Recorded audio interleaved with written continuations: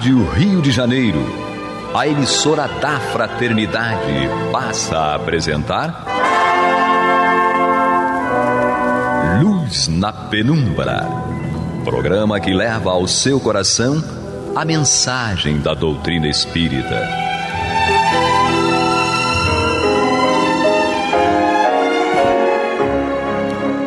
E com vocês, André Afonso Monteiro, para o estudo do livro A Gênese, da obra codificada por Allan Kardec.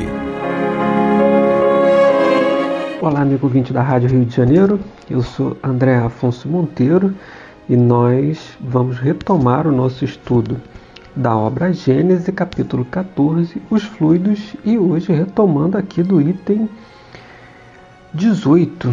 Na verdade, o finalzinho aqui do item 17, iniciando o item 18.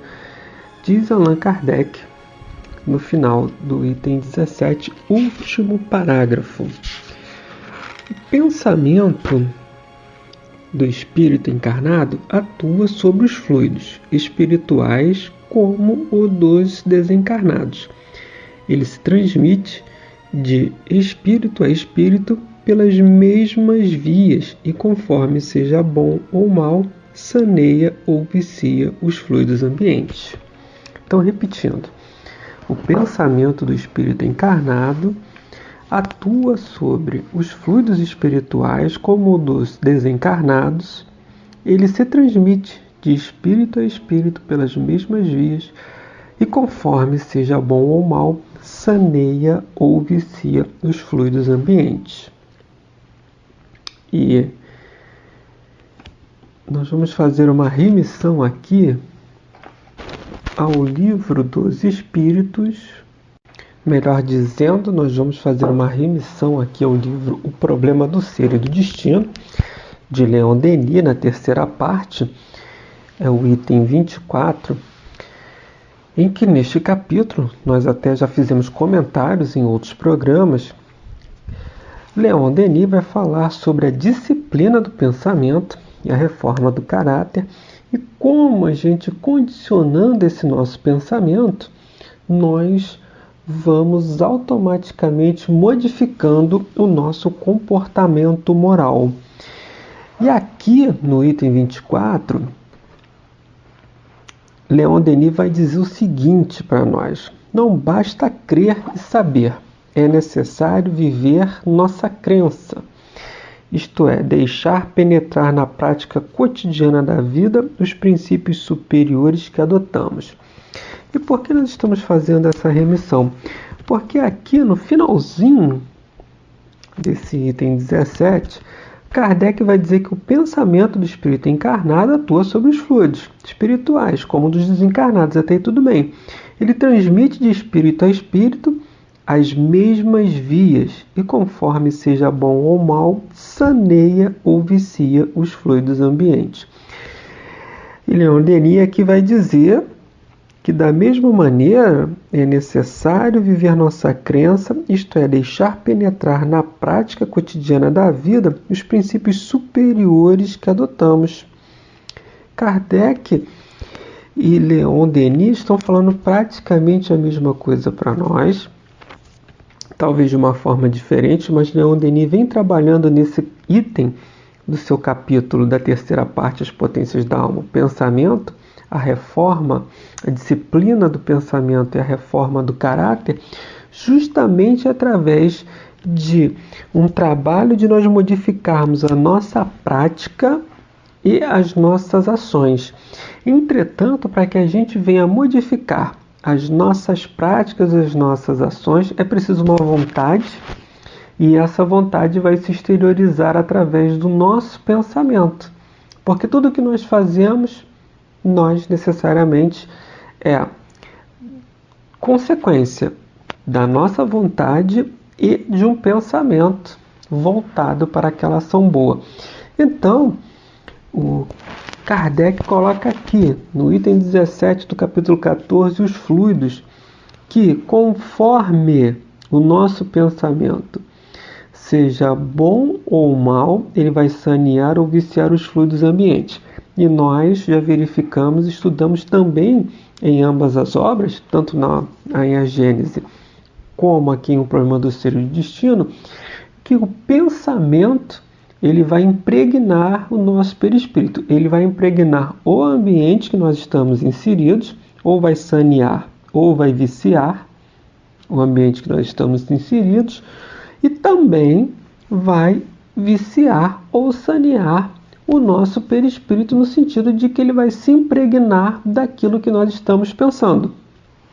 Então, nós vemos aqui a correlação das obras, a sintonia das obras, né? Porque ambas elas vão chegar à conclusão que a possibilidade de nós melhorarmos moralmente, das nossas práticas serem modificadas, serem alteradas, ela parte do princípio que essa mudança nasce de dentro para fora e não de fora para dentro. Os fatores externos, eles vão impulsionar e despertar algo que está dentro de nós para que essa mudança ocorra, para que essa mudança se transforme.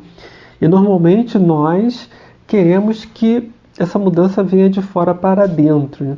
Que algo aconteça e que nos modifique, como que num passe de mágica.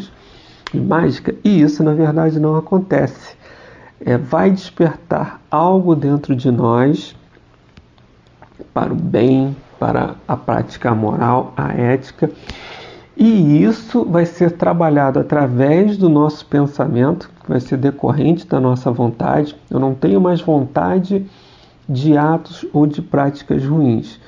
A minha vontade agora é de fazer algo de bom, é de viver de uma forma melhor, é de ultrapassar e de vencer os meus vícios, as minhas paixões, as minhas dificuldades. E com isso, nascendo essa vontade diferente, que os espíritos nos informam que em algum momento nós vamos despertar para um novo dia, um novo amanhã, para uma modificação da nossa conduta viciada, dos nossos erros. Nós vamos despertar para a vida real, para uma vida mais dentro daquilo que nos convém, do comportamento ético e moral. Então, se nós temos vícios, se nós temos defeitos, se nós temos dificuldades, em algum momento da nossa vida vai despertar essa necessidade de vencer esses vícios, de vencer essas barreiras comportamentais difíceis. Então, Kardec e Leon Denis vem colocando isso aqui para nós. Kardec ele diz que nós vamos influenciar no nosso ambiente fluídico que está ao redor de nós e também sobre o nosso perispírito. E Leon Denis, quando fala nas potências da alma do pensamento, também vai falar sobre essa questão. E é importante a gente entender, aqui em O Livro dos Espíritos, que nós estamos falando tanto de perispírito, né? Porque aqui logo no item 18, Kardec ele inicia dizendo que como o perispírito dos encarnados é de uma natureza idêntica a dos fluidos espirituais, ele os assimila com facilidade, como uma esponja que se embebe de líquido. Esses fluidos têm sobre o perispírito uma ação tanto mais direta quanto por sua expansão e sua irradiação, o perispírito se confunde com eles.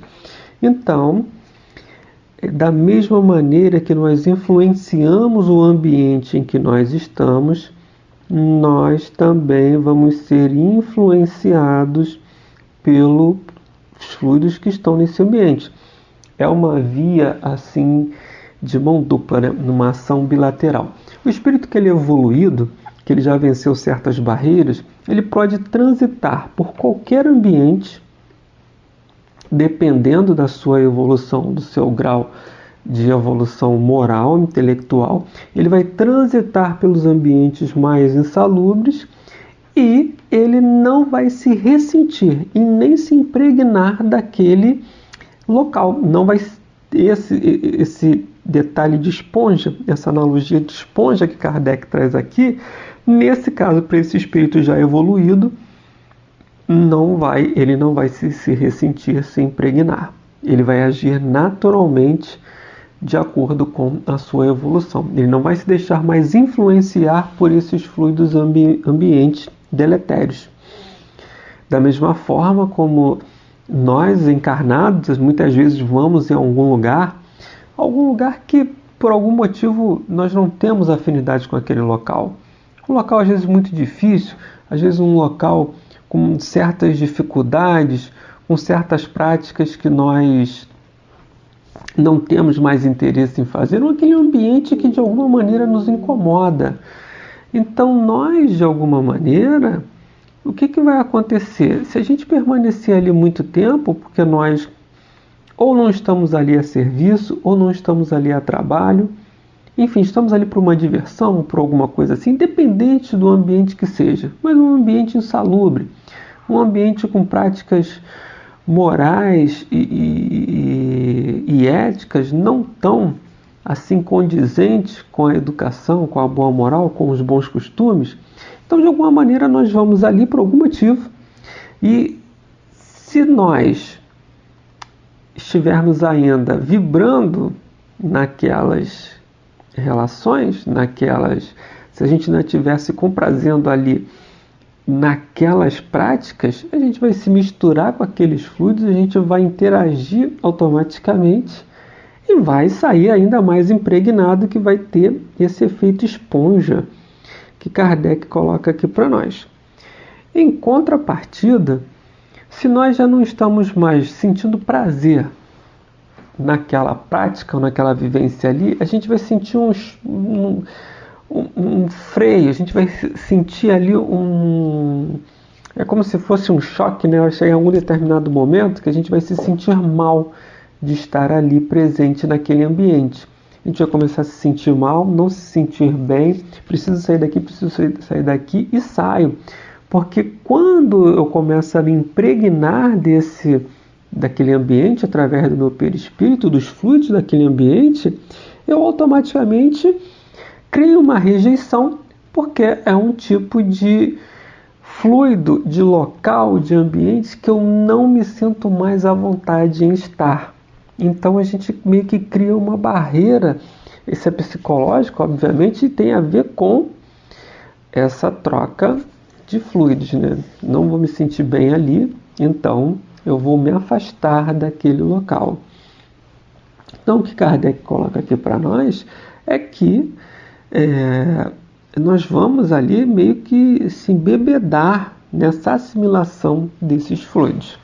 Meus amigos ouvintes, eu sou André Monteiro, nós estamos estudando aqui o capítulo 14 da obra A Gênese, os fluidos. Então, continua Kardec aqui no item 18. Conforme esses fluidos atuam sobre o perispírito, este, por sua vez, reage sobre o organismo material, com o qual está em contato molecular. Se os eflúvios são de boa natureza, o corpo experimenta uma sensação salutar. Se são maus, a impressão é penosa. Se são permanentes e intensos, os maus eflúvios podem ocasionar desordens físicas, não sendo outra a causa de certas enfermidades.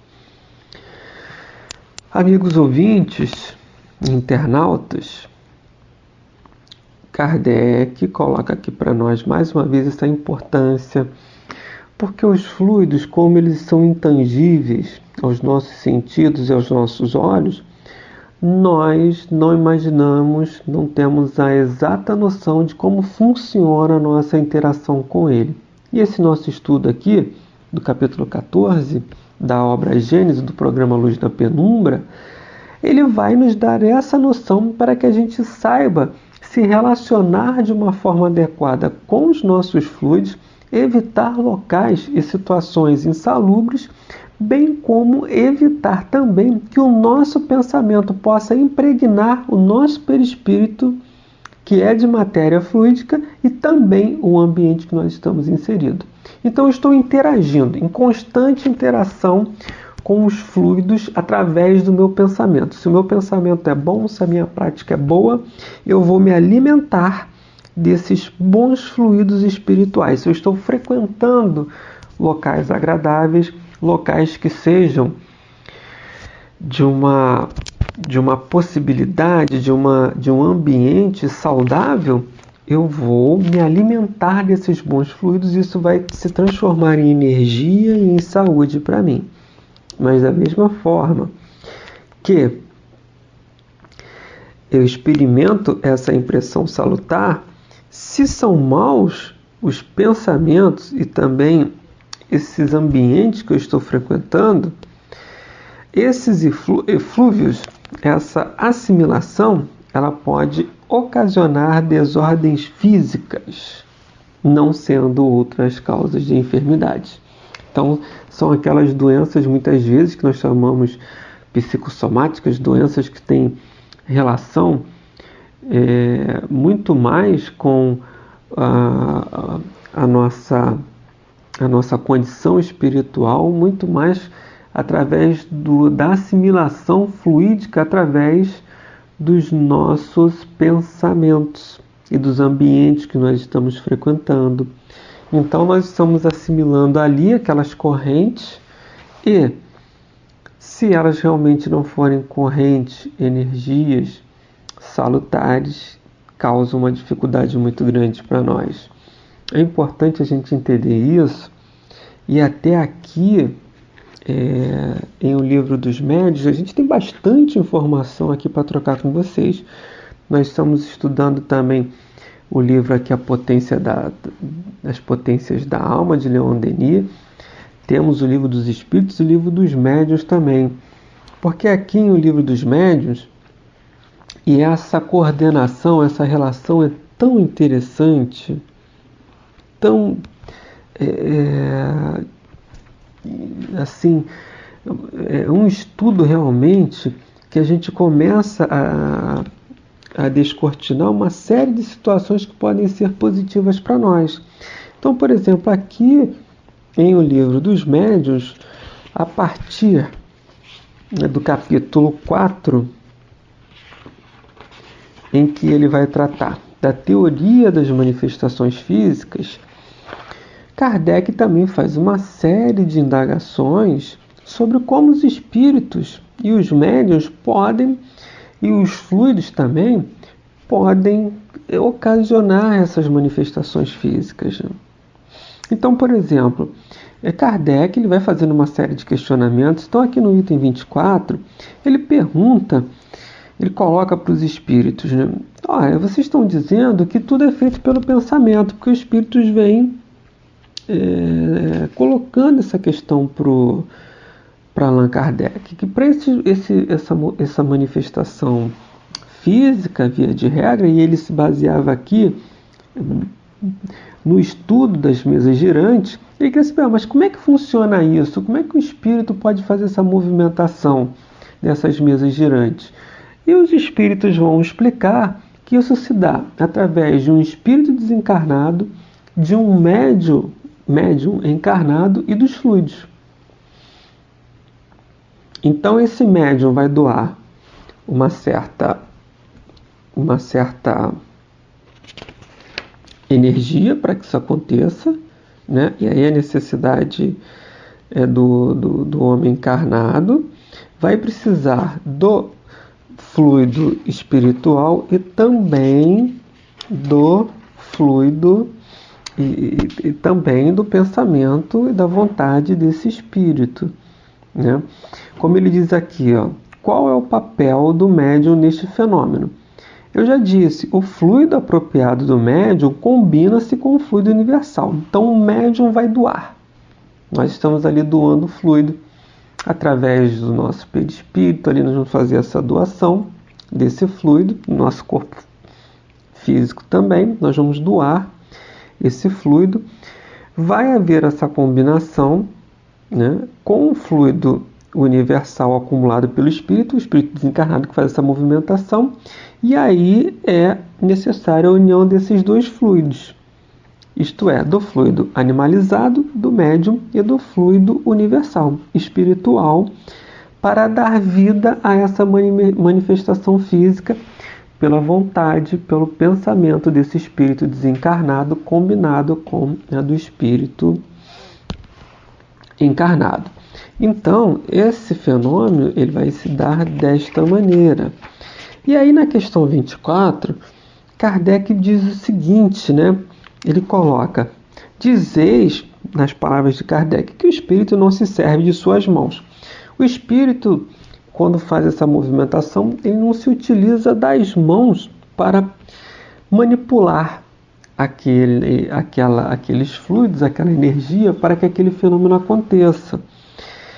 Então, mas aí Kardec ele faz uma pergunta: mas eu já teve umas reuniões em que eu vi claramente o espírito tocando um piano.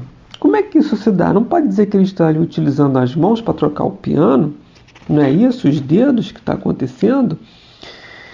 E será que não é isso efetivamente que acontece nesses casos?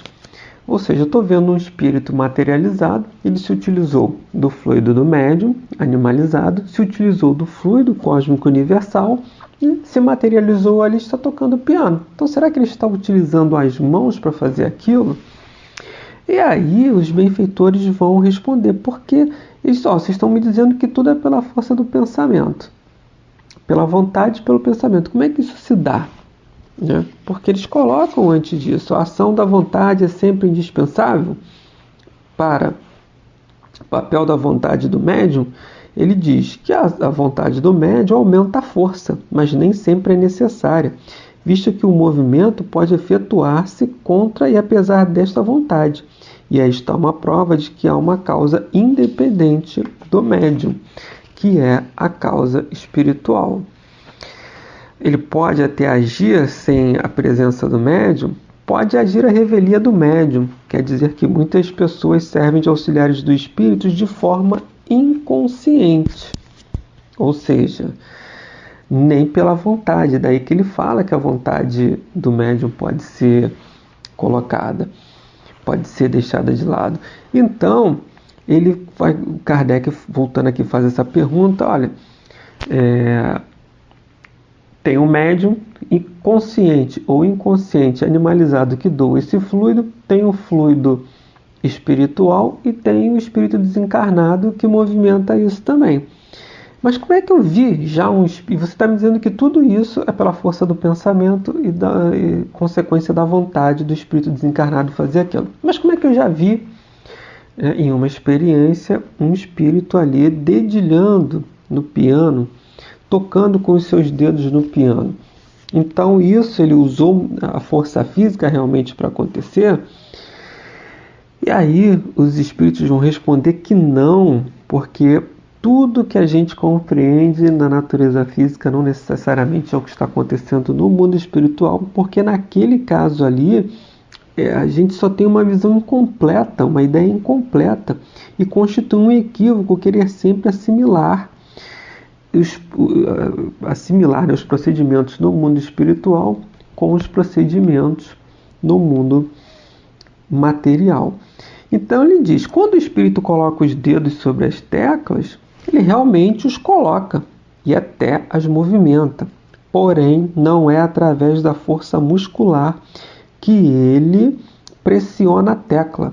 Ele anima a tecla como anima a mesa. E a tecla que obedece à sua vontade move-se e toca a corda do piano. Então, na verdade, ali ele não está movimentando aquela tecla com os dedos, e sim com o pensamento. E os espíritos dizem ainda: já não vos disse que o fluido do perispírito penetra a matéria e com ela se identifica, animando-a com uma vida factícia? E aí ele diz, né, quando o espírito coloca os dedos sobre as teclas, ele realmente os coloca e até as movimenta.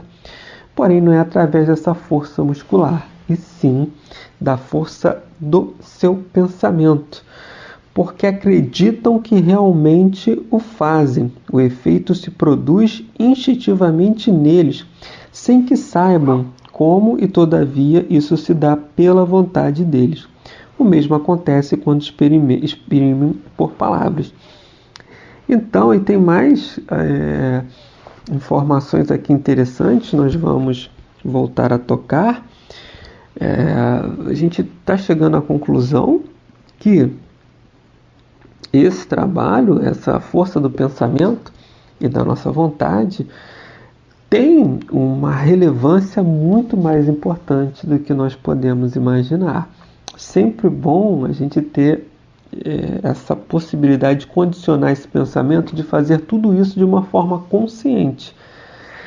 A gente pode interagir com bons ou maus fluidos de forma consciente ou inconsciente, consciente ou inconsciente, de acordo com o nosso pensamento. Então é importante que a gente faça aí essa análise. Amigos ouvintes, internautas, nós chegamos ao final de mais um programa, desejando a todos muita paz em seus corações e até a próxima semana, se Deus quiser. Você está ouvindo o programa Luz na Penumbra.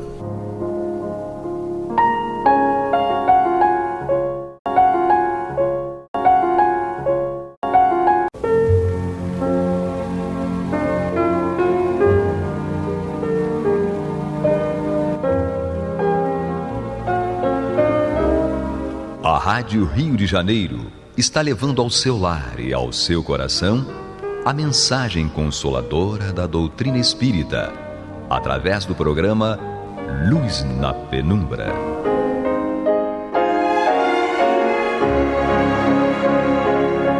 E agora com vocês, Nádia do Couto Vale, para comentar o céu e inferno ou a justiça divina segundo o Espiritismo, da obra codificada por Allan Kardec. Que a paz de Jesus permaneça em nossas mentes e corações, hoje e sempre. Continuamos o estudo desta obra, O Céu e o Inferno, a Justiça Divina segundo o Espiritismo. Estamos na segunda parte. Esta é a obra que contém a teologia espírita, e nesta segunda parte nós temos a exemplificação daquilo que teoricamente foi exposto pelo nosso querido Allan Kardec na primeira parte. O primeiro capítulo desta segunda parte trata do passamento, ou seja, um estudo de como se dá a transição do espírito deste plano material, ou seja, da encarnação, para o plano espiritual. São informações preciosas que só a doutrina espírita conseguiu até hoje empreender, oferecer com riqueza de detalhes, e isso tudo para nos beneficiar não só intelectualmente, mas principalmente para nos beneficiar na vivência desse momento que é inevitável para todos nós, e na continuidade da nossa vida no plano espiritual. Afinal, quem não teve jamais a preocupação de saber como vai desencarnar, de que maneira vai despertar no plano espiritual? Claro, os materialistas não têm essa preocupação, mas despertam, e aí se encontram completamente desequipados das informações que nos felicitam, a nós espíritas, nos felicitam nesse momento de transição, de despertamento e de continuidade no plano espiritual.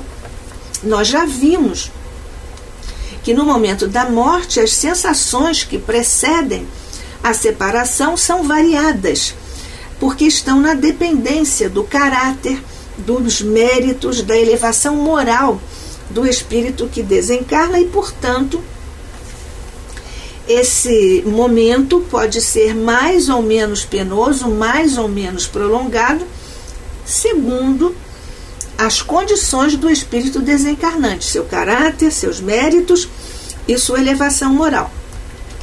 Porque, a rigor, nós também já vimos, a separação não é dolorosa, não precisa ser dolorosa. A separação é lenta e gradual, e pode se dar antes da morte propriamente dita da matéria do corpo físico, porque também pode se dar quando estão muitos assim fracos os laços que unem o espírito ao corpo físico através do perispírito naturalmente, ou então pode-se dar a separação durante o momento de uma agonia, às vezes até antes da morte do corpo físico, isso pode acontecer. Espíritos que estão em tranquilidade quanto à sua moralidade, seu caráter, sua elevação moral, a forma como administraram a sua encarnação, elas podem despertar ou podem passar por esse momento como se fosse um sono agradável.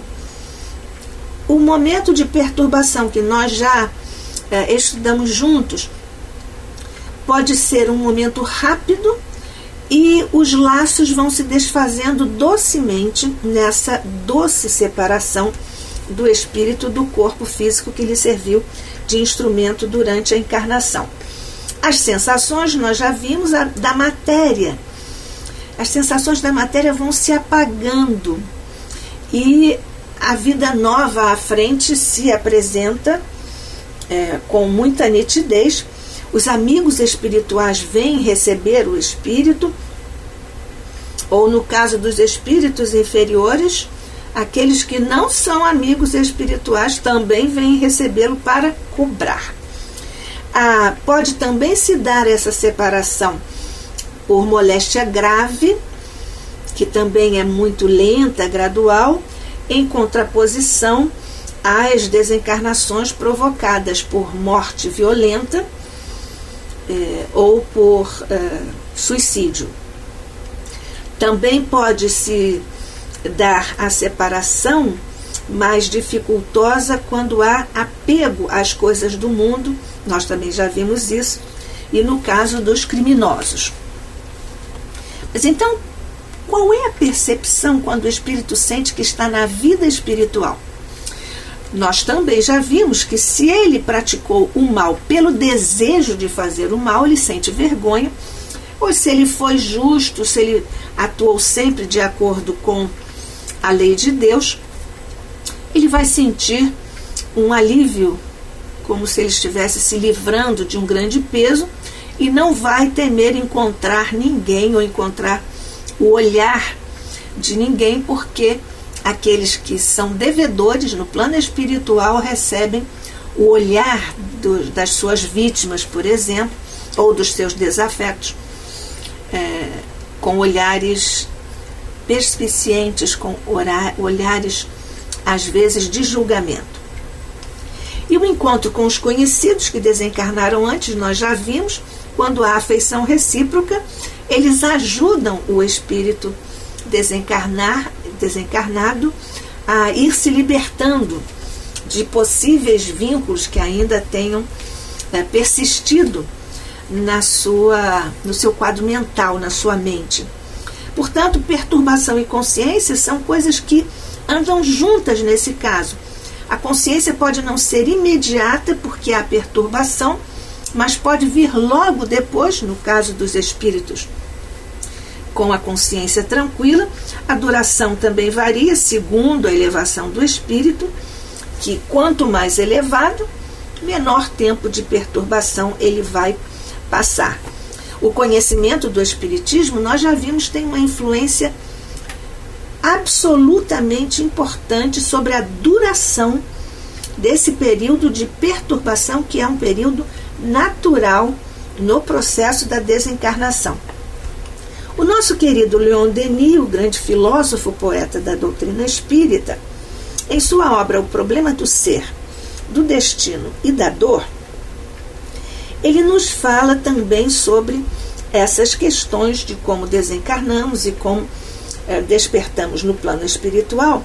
E ele nos traz aqui, transcrita nessa obra, O Problema do Ser, do Destino e da Dor, ele nos traz o depoimento de um espírito, é a comunicação que ele transcreve, entre muitas outras que existem, ele transcreve essa como um testemunho de como o conhecimento do espírito tem influência sobre a duração, sobre a forma como a pessoa desencarna, a forma como ele atravessa mais rapidamente ou não o período da desencarnação, depois a forma como ele desperta no plano espiritual e como continua a viver no plano espiritual. Diz-nos Leon Denis em O Problema do Ser, do Destino e da Dor. O testemunho provém do espírito de um espírita militante, homem de coração e convicção esclarecida, Charles Fritz, fundador do jornal La Vie d'Outre-Tombe, que é A Vida Além do Túmulo, em Charleroi, uma localidade. Todos aqueles que conheceram esse homem reto e generoso reconhecê-lo-ão pela linguagem. Descreve as impressões que sentiu logo depois de morrer e acrescenta. Aqui agora o depoimento de Charles Fritz. Senti que os laços pouco a pouco se desfaziam e que minha pessoa espiritual, meu eu, se ia soltando. Vi em redor de mim espíritos bons que me estavam esperando e foi com eles que, por fim, me elevei da superfície da terra. Não sofri com essa desencarnação. Os meus primeiros passos foram os da criança que começa a andar. A luz espiritual, cheia de força e de vida, nascia em mim, porque a luz não vem dos outros, mas de nós. É um raio que demanda do invólucro fluídico e que nos penetra todo o ser. Quanto mais tiverdes trabalhado em favor da verdade, aqui com maiúsculo, do amor e da caridade, também com maiúsculas, tanto mais intensa irá sendo a luz, até se tornar deslumbrante para aqueles que vos são inferiores. Pois bem, os meus primeiros passos foram vacilantes.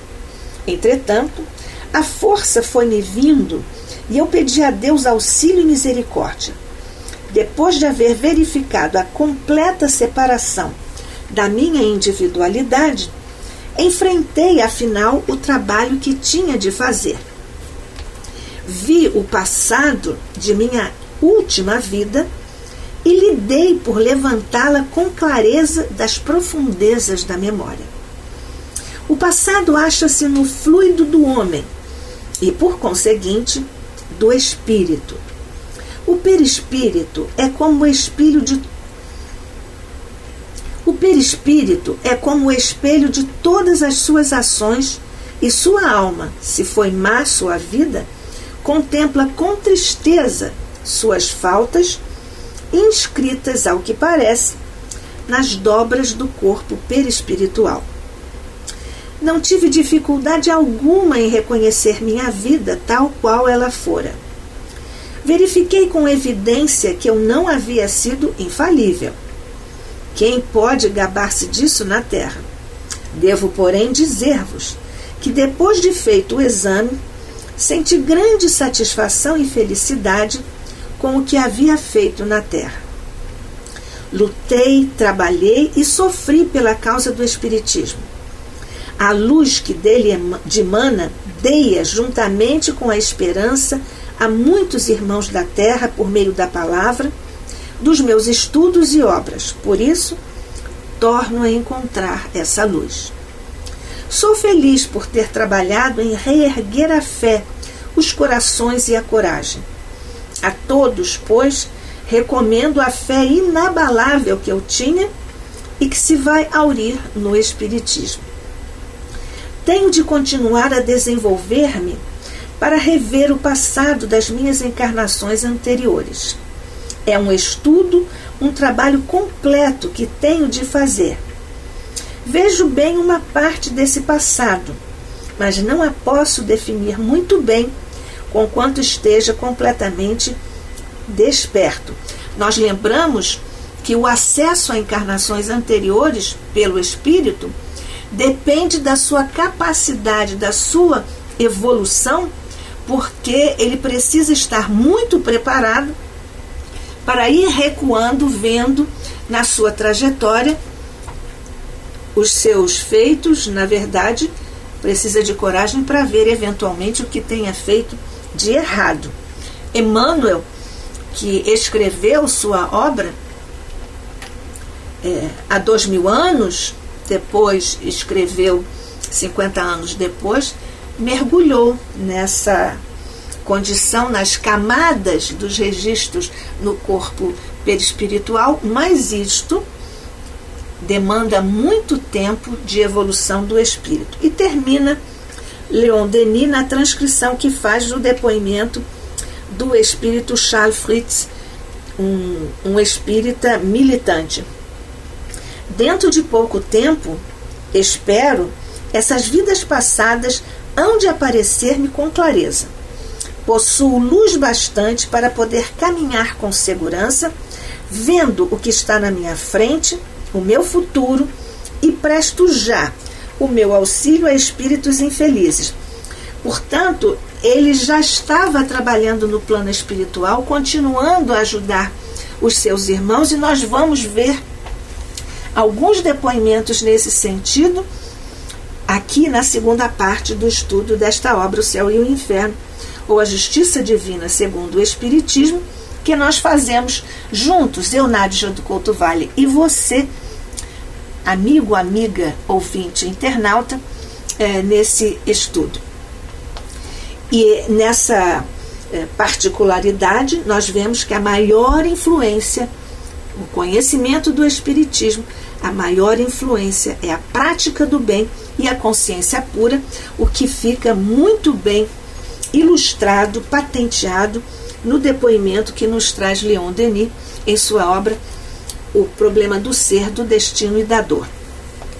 Nós vemos então os princípios que nós deduzimos dessa questão. A insensibilidade da matéria é, na verdade, um fato. E após a morte do corpo físico, o corpo pode ser até mutilado, porque ele não vai sentir absolutamente nada, a não ser que ele esteja muito materializado, muito vinculado às coisas da matéria.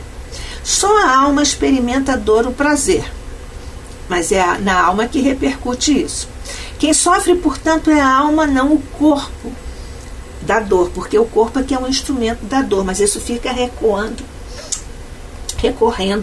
no plano da sua mente espiritual. A alma, em princípio, não experimenta nada da destruição do corpo físico, ou seja, da destruição da matéria que lhe serviu de instrumento. A alma tem sensações, tem percepções próprias, que não se originam na matéria tangível.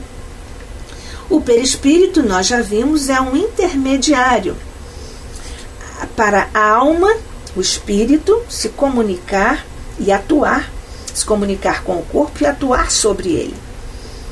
E, na verdade, é o perispírito que faculta que o espírito dirija os movimentos que estão no corpo físico, ou que são realizados através do corpo físico. E então nós já vimos também o perispírito é esse envoltório fluídico da alma que não se separa da alma nem antes nem depois da morte do corpo físico, portanto formam sempre uma só entidade. E a esse propósito diz-nos o nosso querido codificador Allan Kardec no item 4 do primeiro capítulo desta segunda parte. A extinção da vida orgânica acarreta a separação da alma em consequência do rompimento do laço fluídico que a une ao corpo, mas essa separação nunca é brusca. O fluido perispiritual só pouco a pouco se desprende de todos os órgãos, de sorte que a separação só é completa e absoluta quando não mais reste um átomo do perispírito ligado a uma molécula do corpo. A sensação dolorosa da alma por ocasião da morte está na razão direta da soma dos pontos de contato existentes entre o corpo e o perispírito e, por conseguinte, também da maior ou menor situação, a dificuldade que apresenta o rompimento. Não é preciso, diz Kardec, portanto, dizer que, conforme as circunstâncias, a morte pode ser mais ou menos penosa E estas circunstâncias é que nos cumpre examinar. E o Kardec aqui estabelece algumas etapas de situações em que o espírito faz essa circunstância, ou vive essa circunstância. Mas está óbvio aqui, está muito claro aqui, que quando ele fala do fluido perispiritual, que nós estamos em pleno campo do estudo dos fluidos. Afinal, o que é um fluido, o que são os fluidos e quais deles estão aqui agindo nesse momento? Fluido é um termo genérico empregado para traduzir a característica das substâncias líquidas ou gasosas ou de substância que corre ou se expande à maneira de um líquido ou gás. É fluente. Isto diz-nos Jacomelo em O Passe, no capítulo 4. Popularmente falando, designamo-lo como sendo a fase não sólida da matéria, o fluido, a qual pode se apresentar em 4 subfases: pastosa, líquida, gasosa e radiante.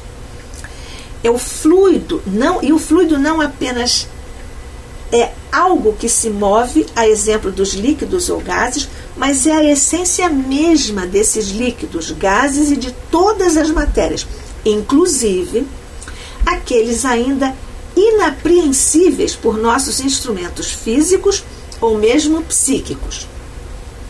Portanto, diz-nos Gabriel Delane em O Espiritismo perante a Ciência. Diz-nos Gabriel Delane em O Espiritismo perante a Ciência, no capítulo 4. Chamamos fluidos aos estados da matéria em que ela é mais rarefeita do que no estado conhecido sob o nome de gás. Aqui em O Céu e o Inferno, na parte primeira, nós já vimos que fluidos são agentes e meios de ação do mundo invisível, constituindo uma das forças e potências da natureza. Já o nosso querido mentor André Luiz, em Evolução em 2 Mundos, na primeira parte, capítulo 13, ele nos ensina: definimos o fluido dessa ou daquela procedência como sendo um corpo cujas moléculas cedem invariavelmente à mínima pressão, movendo-se entre si quando retidas por um agente de contenção ou separando-se quando entregues a si mesmas, ou seja, na morte. Temos assim os fluidos líquidos, elásticos ou aeriformes, e os outrora chamados fluidos imponderáveis, tidos como agentes dos fenômenos luminosos, caloríficos e outros mais. E em A Gênese, nosso querido codificador Allan Kardec assinala no 2º capítulo, no item 23. O fluido perispirítico é exatamente desse que fala o nosso querido Kardec aqui no item 4, do 1º capítulo da 2ª parte de O Céu e o Inferno, a Justiça Divina segundo o Espiritismo, e foi por força dele ter usado no item 4 o fluido perispiritual, só pouco a pouco se desprende de todos os órgãos, que fizemos aqui um breve apanhado conceitual sobre a questão dos fluidos. E sobre o fluido perispirítico diz-nos o próprio codificador querido de todos nós em A Gênese capítulo 2, item 23. O fluido perispirítico não é de si mesmo inteligente, pois que é matéria, mas serve de veículo ao pensamento, às sensações e percepções do espírito. É, porém, o agente e o intermediário desse pensamento. Portanto, quando nós dizemos aqui que o espírito terá um momento de perturbação mais ou menos longo, mais ou menos feliz, leve, de acordo com os seus pensamentos, porque são os pensamentos que definem as palavras e os pensamentos que definem os atos, é por isso que nós dizemos que é pelo fluido perispirítico que fica tudo gravado e que empresta a condição para o espírito ser mais ou menos feliz, não só no momento da sua desencarnação, mas no momento do seu despertamento no plano espiritual e na forma como vai continuar a sua vida no plano espiritual. Responsabilidade que todos nós detemos por designação da lei divina que nos rege a todos, mas que, estando disso conscientes, nós todos podemos providenciar esses momentos de leveza e tranquilidade no momento da nossa desencarnação. Que a paz de Jesus permaneça conosco hoje e sempre. Que assim seja.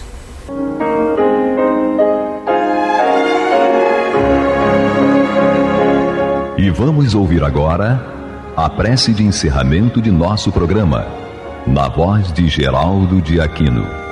Jesus, dá-nos coragem para a luta, piedade para os insultos e misericórdia para as injustiças e ingratidões. Limpa nossa alma de inveja e ambições mesquinhas, de ódio e de vingança o nosso caminho. Que assim seja.